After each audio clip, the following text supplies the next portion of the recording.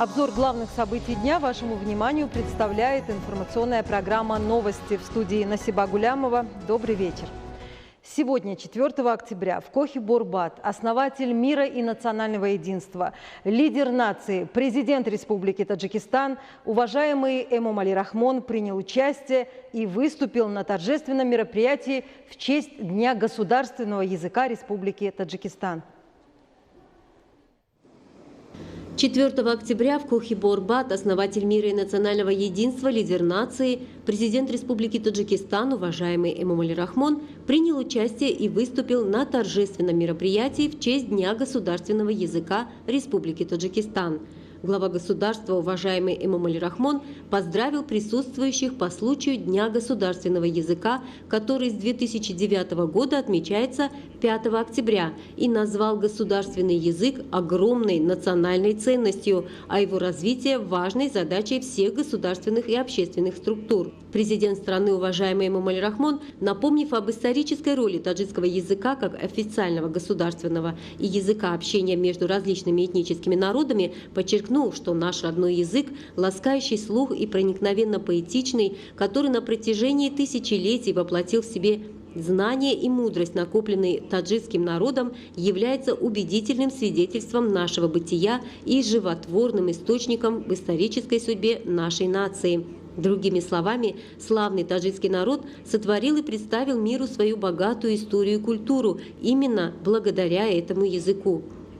Было подчеркнуто, что благодаря великим заслугам, самоотверженному труду и бесподобным подвигам славных сынов таджикского народа, начиная с Исмаила Сомони и Устода Рудаки до Устода Айни и Бободжона Гафурова, таджикский язык дошел до наших дней, до берегов нынешнего нашего бытия в своем первозданном виде, с богатым кладом красивых и ласкающих слух слов и выражений.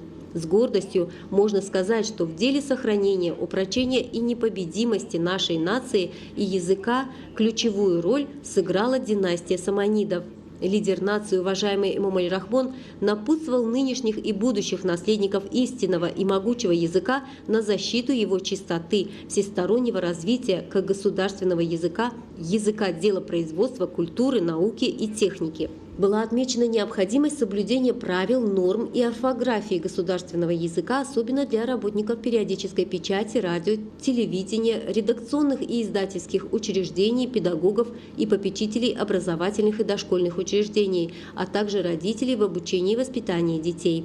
Глава государства, уважаемый Эмомали Рахмон, дал указания и поручения соответствующим структурам для реализации закона Республики Таджикистан о государственном языке Республики Таджикистан, введения в действие правил написания таджикского языка, орфографического словаря таджикского языка, а также разработки проекта программы развития государственного языка на 2020-2030 годы. Также было подчеркнуто, что для изучения иностранных языков, особенно русского и английского, в школах страны должны быть созданы условия, чтобы наша молодежь получила возможность изучить несколько иностранных языков.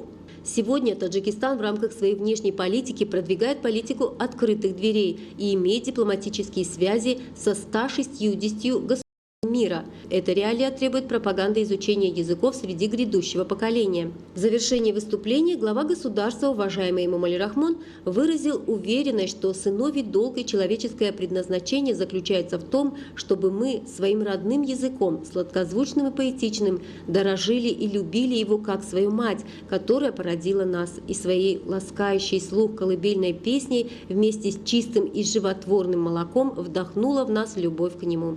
Поэтому мы должны беречь его и преклоняться перед ним, как перед ценнейшим богатством нашего бытия.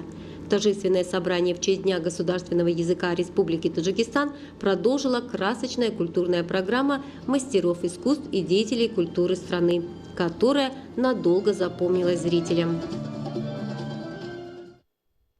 Уважаемые телезрители, речь лидера нации вы сможете послушать в 20 часов по всем телевизионным каналам.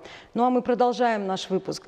Безрассудное поведение на дороге, легкомысленное отношение к безопасности и в целом к закону, агрессия и неуважение к другим участникам дорожного движения – вот это те причины, которые приводят к дорожно-транспортным происшествиям и непоправимым в результате их совершения последствиям. Таким образом, необходимо формировать у всех участников дорожного движения правосознание и культуру поведения на дорогах столицы.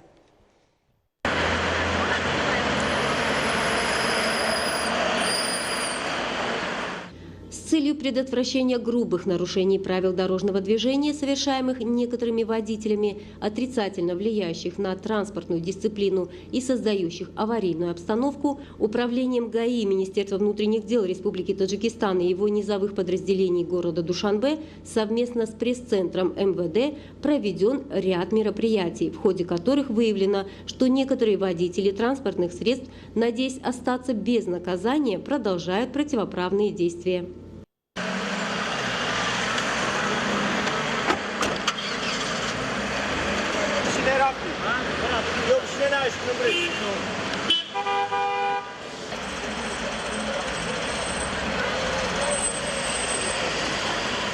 В результате реализации утвержденного плана рейдовой группы выявлен ряд грубейших нарушений правил дорожного движения, негативно влияющих на облик столицы. Представленные видеокадры свидетельствуют о данных нарушениях и низкой дисциплине отдельных водителей. В настоящее время часто фиксируются те нарушения правил дорожного движения, которые не только влияют на общую дисциплину, но и способствуют образованию транспортных пробок и других явлений, мешающих нормальному функционированию общественного транспорта столицы. Вызывает недовольствие граждан и других водителей.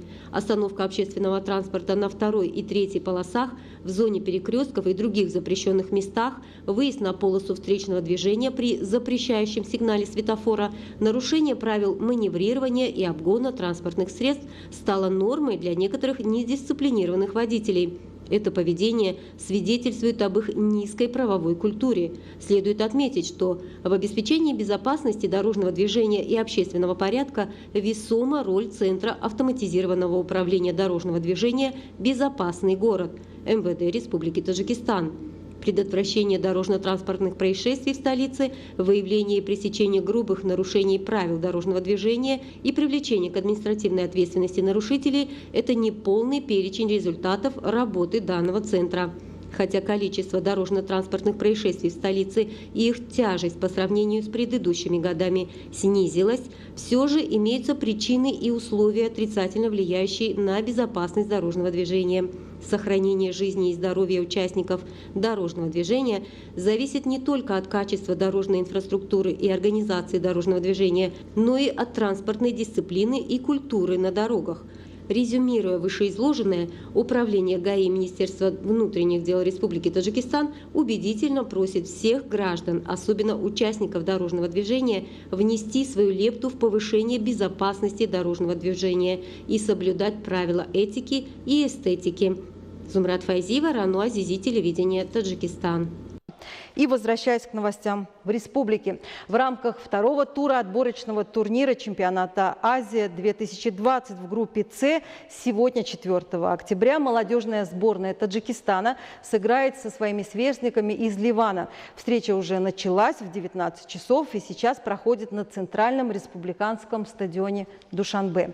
Уважаемые телезрители, таковы главные новости к этому часу. Я благодарю вас за внимание и напоминаю, что в 20:00 по всем телевизионным каналам страны будет транслироваться выступление лидера нации, уважаемого Эмомали Рахмона, по случаю Дня государственного языка. Спасибо за внимание.